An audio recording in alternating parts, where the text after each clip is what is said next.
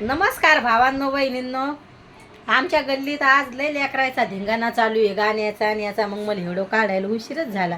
मग हेडो काढायला लागलं लय मचमच आवाज येतोय. आता हरसू भैया म्हणता दर दिवसच हेडो काढताना मम्मी टी व्ही बंद पाया. समोरच्या घरात मी हेडोच काढत नसते. लय अंधार येतोय काय माहिती काहून येतोय एवढाचा.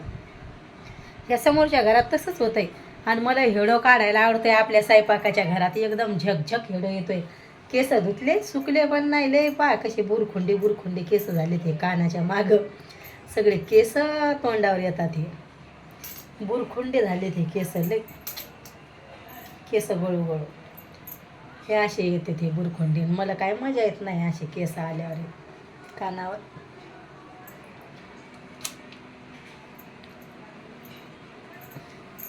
ऊन नाही लागत जास्त करून शरीराला इथं. हरसू भैया आज काय नाही, आज मुंगाची डाळच बनवली होती. म्हणलं जाऊ द्या तिकडं. आज तुमच्या ताईनं आणलाय गल्ला. दाजील म्हणलं मला गल्ला करायचा आहे तर मग ती म्हणे घेऊन ये. तर मी भैयाला किती दिवस झाले चाललं होतं भैया मला गल्ला आणून दे तर भैयाचं आज देतो आणून उद्या देतो आणून. पेट्रोल संपलंय त्याच्या गाडीतलं. त्याला काय पायी पायी जाऊ वाटत नाही. मग घरातले कामं गिमं केले आणि एक गल्ला घेऊन आले. तर भैयाला म्हणलं जाय तर भैयाचं चाललं होतं नाही. तर मीच गेले आणि घेऊन आले. हा पाय पिठाच्या डब्यावर ठेवलाय. दाजीच्या माघारी कोणतंच काम करत नसते. आई बाबाला पण नाही आवडत असे नवऱ्याच्या माघारी पैसे ठेवायचे नाही म्हणते. तर आपल्याला शिक्षणच देईल मायबापान तसं.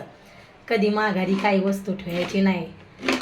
घरच आपलं असतंय. जर आपण ठुले पण पैसे आदले तर आपल्याच संसारात कामी येतात. पण तशी करतच नाही सांगतात. मग आई बाबालाच नाही आवडत तसं ते काही वस्तू घ्यायची आई बाबाचं नाव करून इकूनच न्यायचं. तसं तर बिलकुल आपल्या मायबापानं आपल्याला शिकवेन नाही.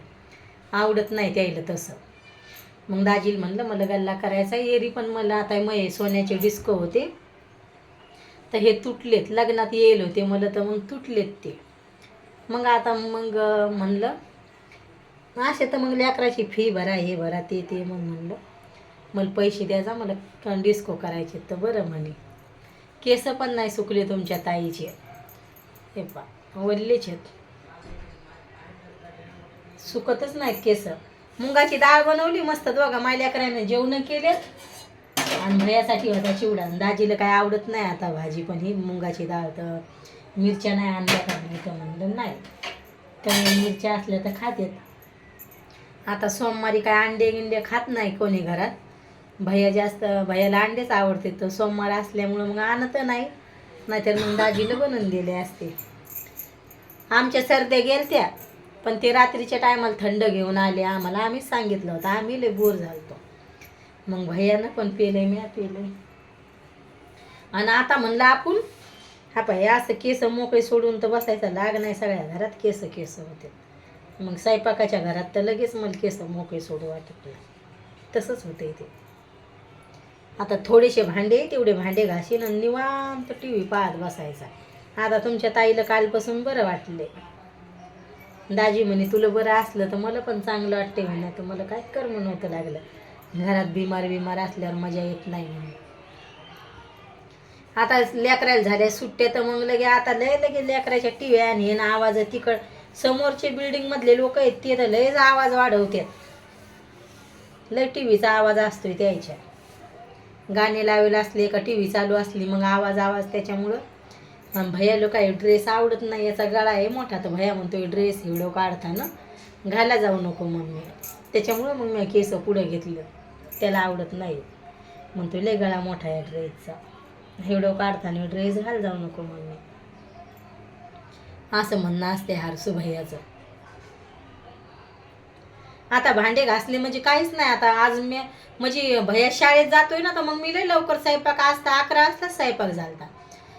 आता मला चिवडा बनवायचा आहे भैयाला नाश्त्यासाठी. भैयाला लय चिवडा आवडतोय तर मग बनवणं लागल 6 महिने आणून. आता हरसू भैयाला आवडतोय मग त्याच्यामुळं म्हणलं पाहते. टी व्हीचा आवाज ह्या समोरच्या घरात तिकडचा बाल्कनीतला आवाज येतोय. ह्या मागच्या घरात दाजीला किती दिवस सांगायला लागले मी टूप कांडी लावा म्हणून. ह्या घरातलं एरी पण लाईट चालू असून पण लय अंधार होतोय. मग ह्या मागच्या घरातच हेडो काढावं लागतात मला जास्त करून.